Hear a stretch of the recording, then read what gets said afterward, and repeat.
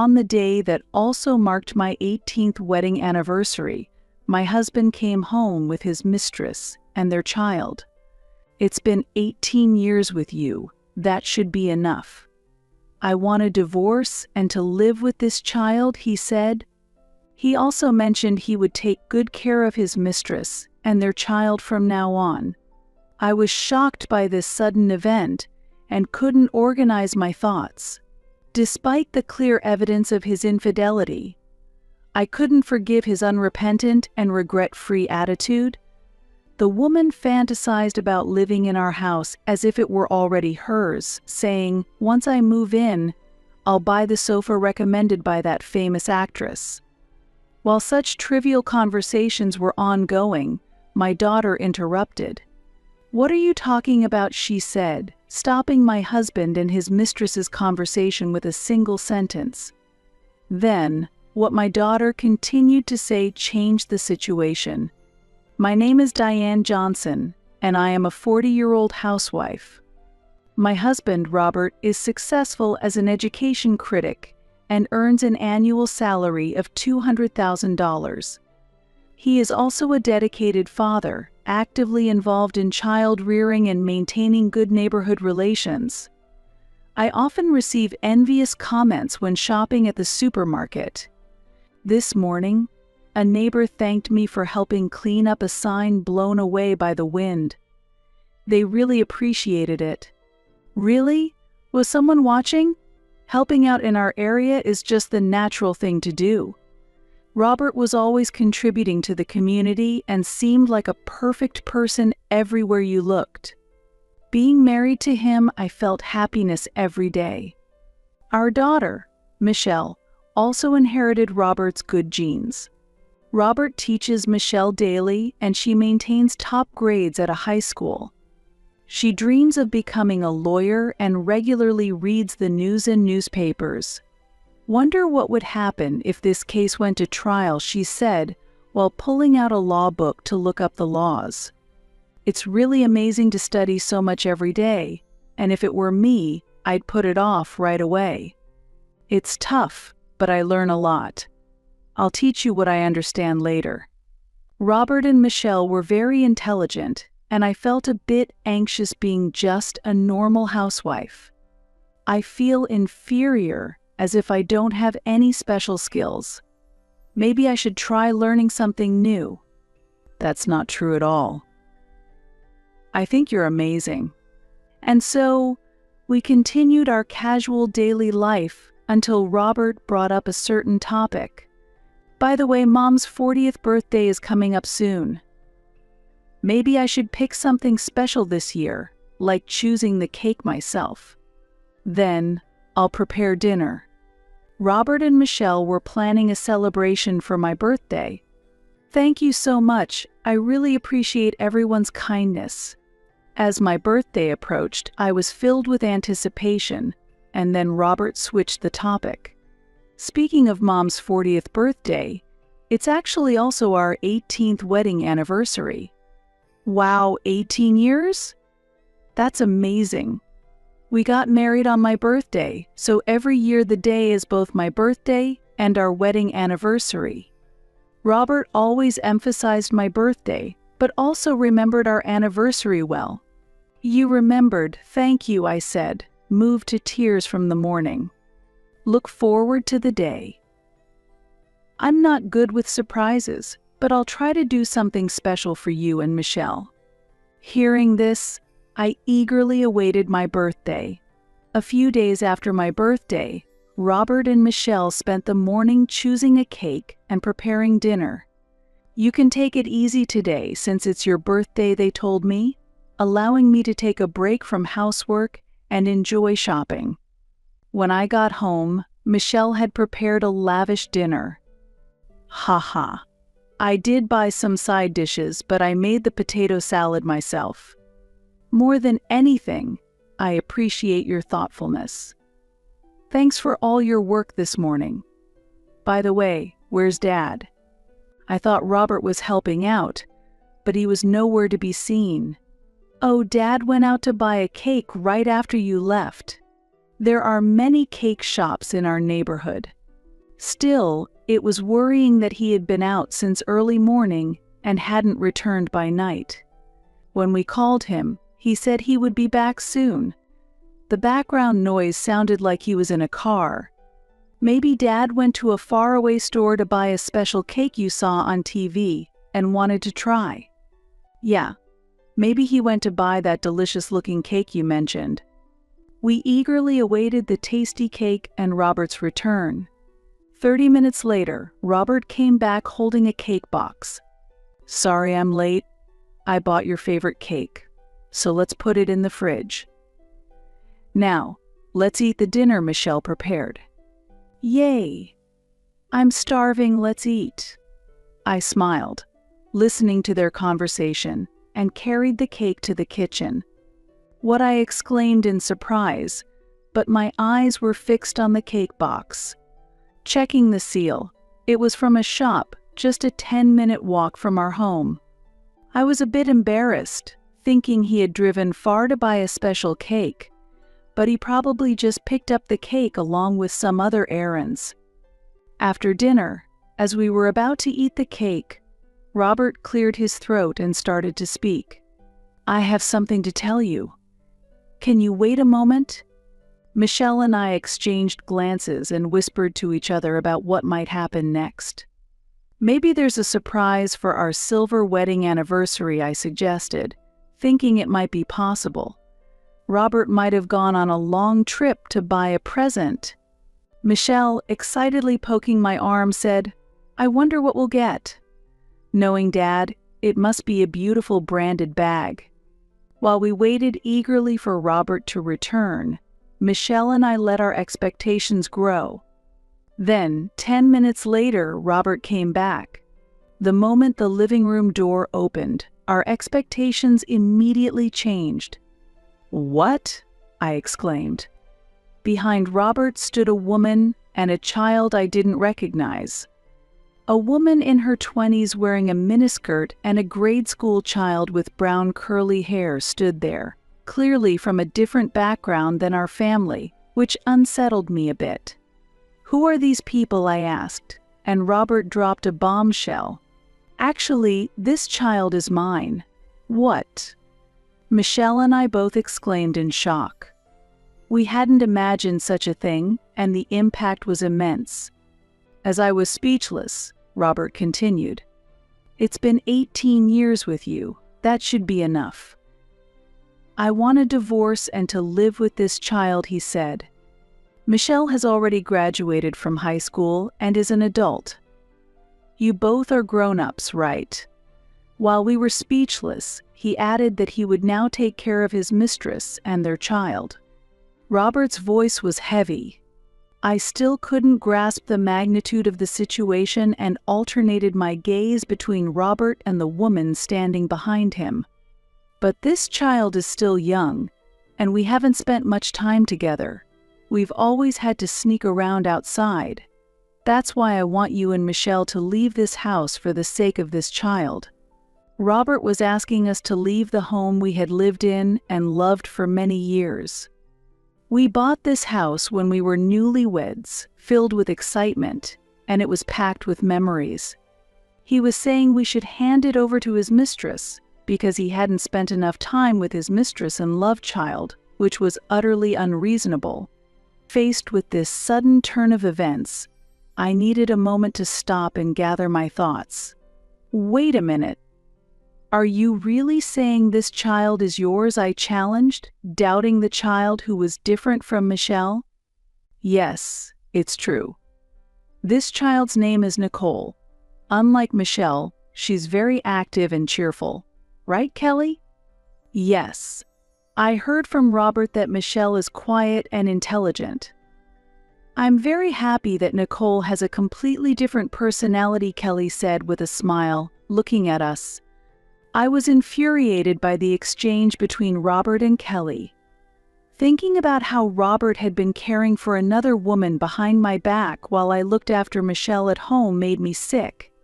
"Mom, are you okay?" Michelle asked, rubbing my back worriedly. Normally, Robert would have noticed right away.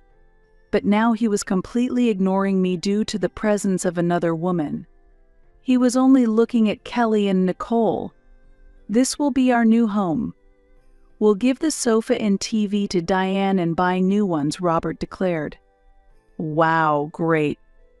I want the sofa that famous actress recommended," Kelly exclaimed happily. They were already planning ahead as if the house was theirs to give, even though no such agreement had been made. I had no intention of handing over our home to his mistress. "It seems like you're moving ahead with your plans, but this house is not yours to give. I want you to leave as soon as possible," I said loudly, and the room fell silent. Robert sighed deeply, looking at me coldly, and said, "Listen, this house is supported by my income. That means I have the authority over it. From today, this place will be our family's home, and I want you out, okay?" Robert's usually mild demeanor had turned into that of a complete stranger, cold and merciless. He laughed mockingly and added, "We are getting divorced today? Diane, you're 40, it's a good time. Don't worry, I'll make sure to pay child support until Michelle is fully grown." "I don't understand at all. Do you think she will take care of your parents?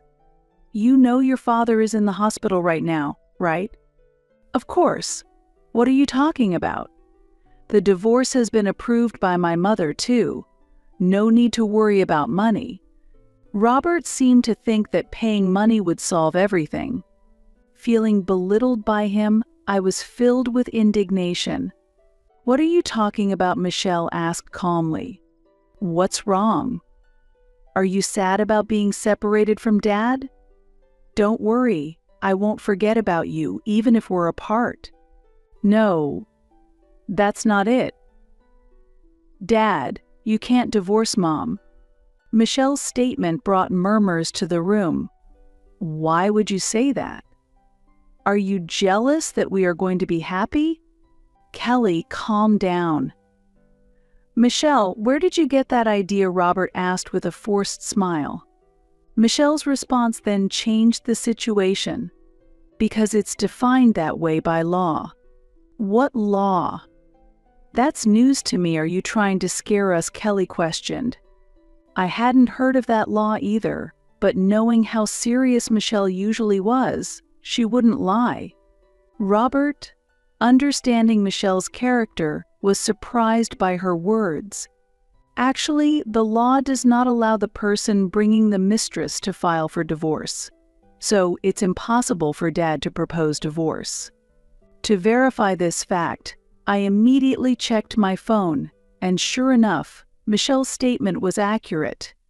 "Oh, it's really here. Written right here," I said, and Kelly vehemently objected.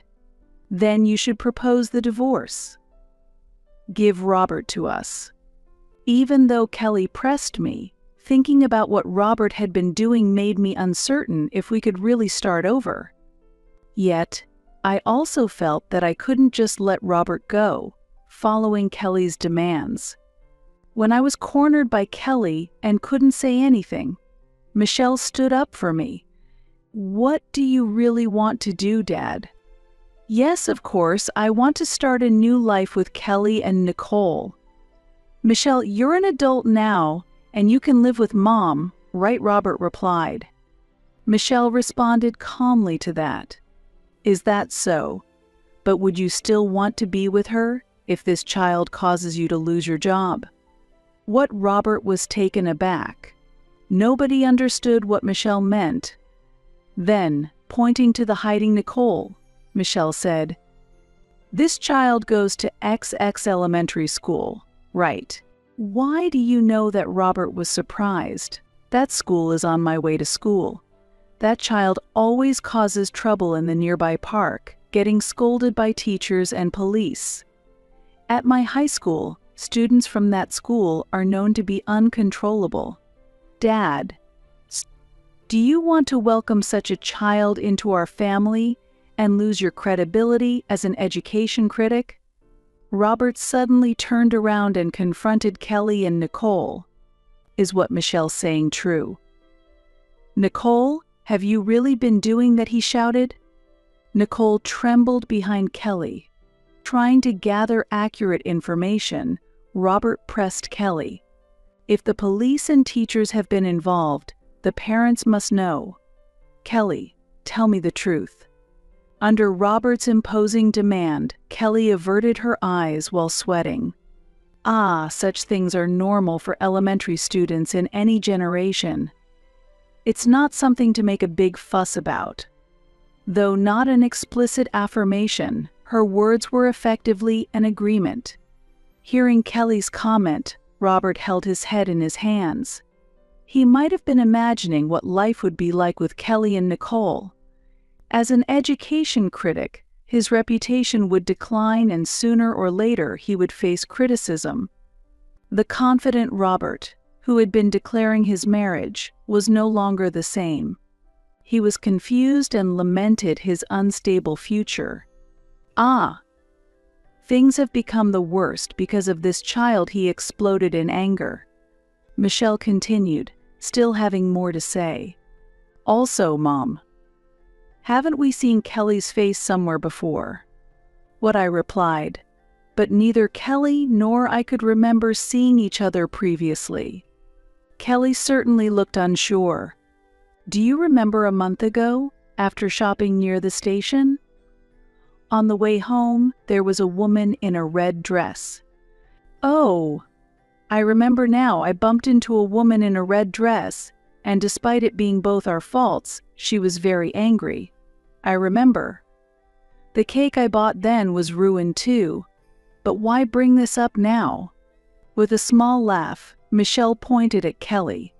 "That woman? That was you, right, Kelly?" Kelly began to panic at the question. I don't remember something from so long ago. Besides, such a story doesn't matter now. Don't change the subject." Kelly obviously couldn't hide her panic. It seemed like recalling something from the past was a bad situation for her. I tried hard to remember that time, and then I shouted the crucial words that cornered Kelly. That's right. At that time, you were walking with a man who wasn't Robert." "Stop talking," Kelly hurried to silence me, but it was too late. Robert heard the conversation and glared at Kelly. "What? Were you cheating?" "No, it was just a coincidence. And what can you say you were cheating to? It's terrible. Why do I have to be treated like this?" Kelly couldn't hide her turmoil at her sudden exposure.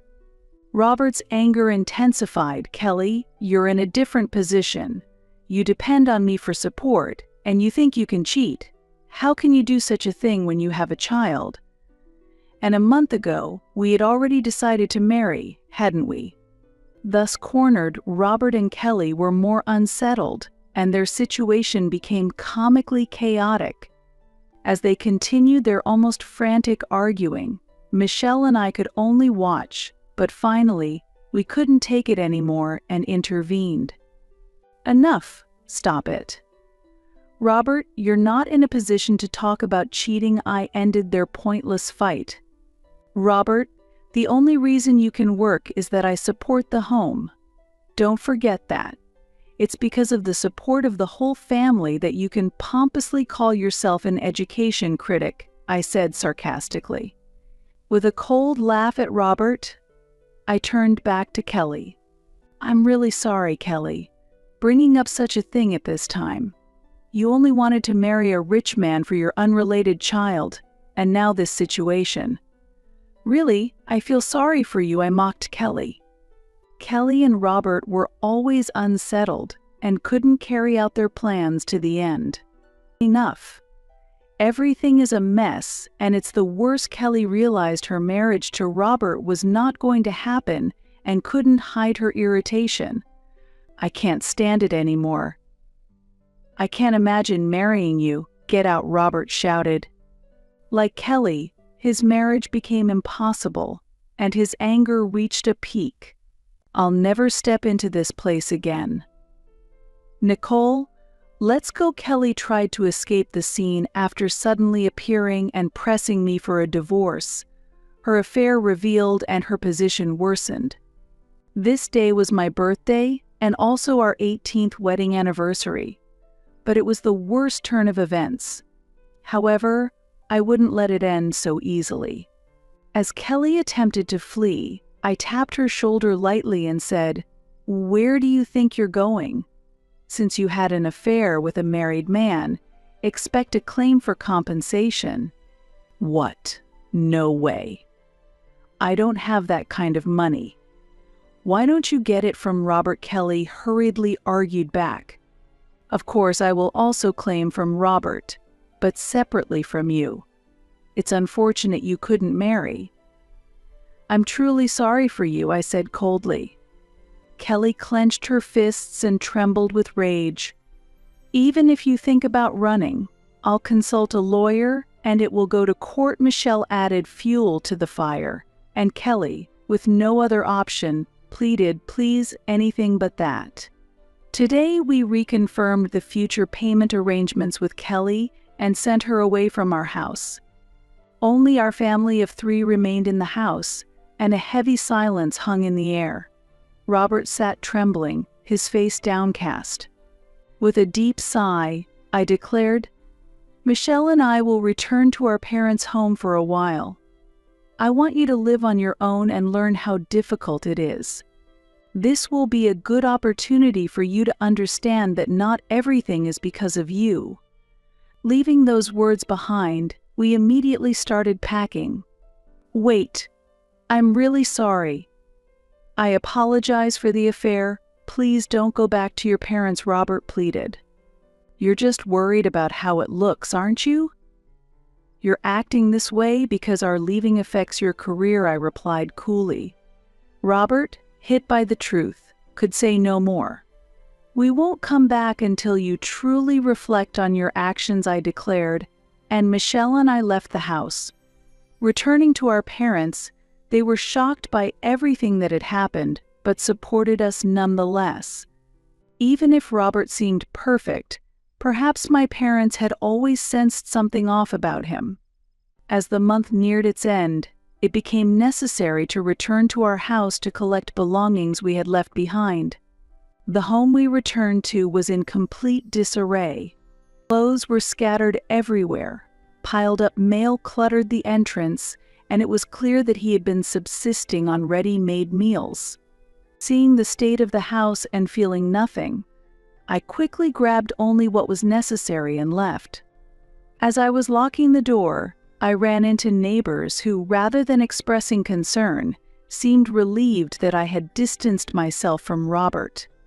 "I wonder why Robert changed so much," they said.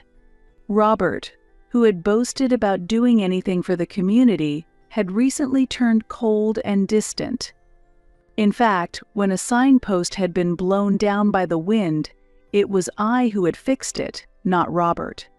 However, he had claimed it as his own achievement.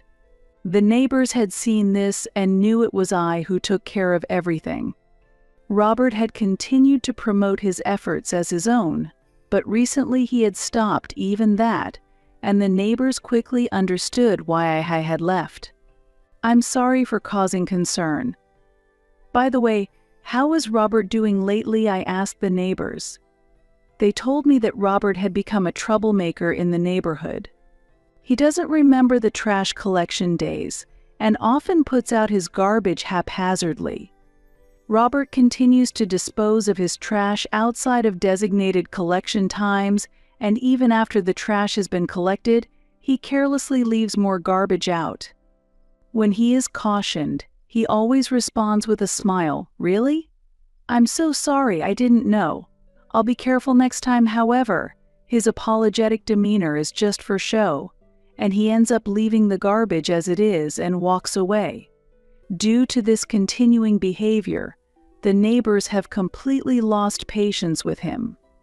"I'm really sorry. My husband has been causing a lot of trouble for everyone." I apologized, and the neighbors sympathized. "You've had it tough living with that husband." While Robert thought he was good at community relations, The reality was quite different, and he was shunned by everyone.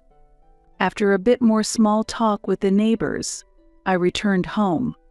Back at my parents' home, I planned to share this story with Michelle and laugh about it together. Listening to the story, Michelle snorted and began talking about Robert, laughing at the absurdity of the situation.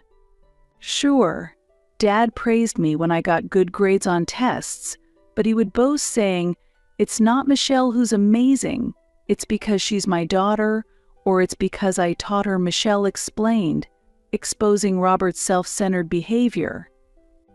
I had a hard time holding back my laughter. Robert's self-centeredness was also isolating him professionally. His arrogant demeanor became well known, leading to a decrease in job offers. The reality of this was clear. Unable to cope, Robert had started inviting other women to live with him, ostensibly to help with housework. Although he sweet-talked them as if he intended to marry, they were really just convenient housekeepers. Eventually, one of these women couldn't stand the situation any longer and exposed Robert's chaotic personal life to the media. The scoop spread instantly, dealing a significant blow to him. He had tried to act cautiously to prevent his private life from leaking, but a small mistake led to disastrous results. His work rapidly declined, and former colleagues began to reveal his arrogant behavior. What started as unbelievable rumors eventually accumulated into overwhelming evidence, leaving Robert with no room for defense. As a result, he was completely ostracized from the industry, and his notoriety made it impossible to find new employment. While contemplating a future with Robert, I allowed myself a cynical laugh. I had thought about repairing our relationship if he truly reflected, but I knew it was a naive thought. Deciding on divorce, I sent the divorce papers to finalize the separation. Robert tried to contact me multiple times, but I ignored all his attempts, continuing my complete disregard. I imagined him regretting his infidelities upon seeing the divorce papers. He might still harbor childish hopes of reconciling with Kelly, but that would be inexcusable. I took the initiative to claim compensation and ensured I would never meet him again. Kelly would surely keep her promises. A few days ago, Michelle and I visited Kelly's parents and revealed all the facts. Her parents expressed deep regret, apologized to us, and submitted a written promise never to repeat the same mistakes. Kelly's parents had once let Robert visit, but they sent him away without letting him meet her. Kelly would now live under her parents' strict supervision, forbidden from contacting other men and leading a monotonous life with restricted freedom. She would regret this incident for the rest of her life. Both Robert and Kelly would have their own time for reflection. I vowed to Michelle that I would do my best to provide her with a much more fulfilling life than before. Sharing this sentiment, she said determinedly, "I'll become a lawyer and surpass Dad. We'll definitely live in a good home." Happy with her resolve, I responded, "Exactly. Let's work hard at that." Filled with hope for our future, I felt optimistic about the life ahead of us.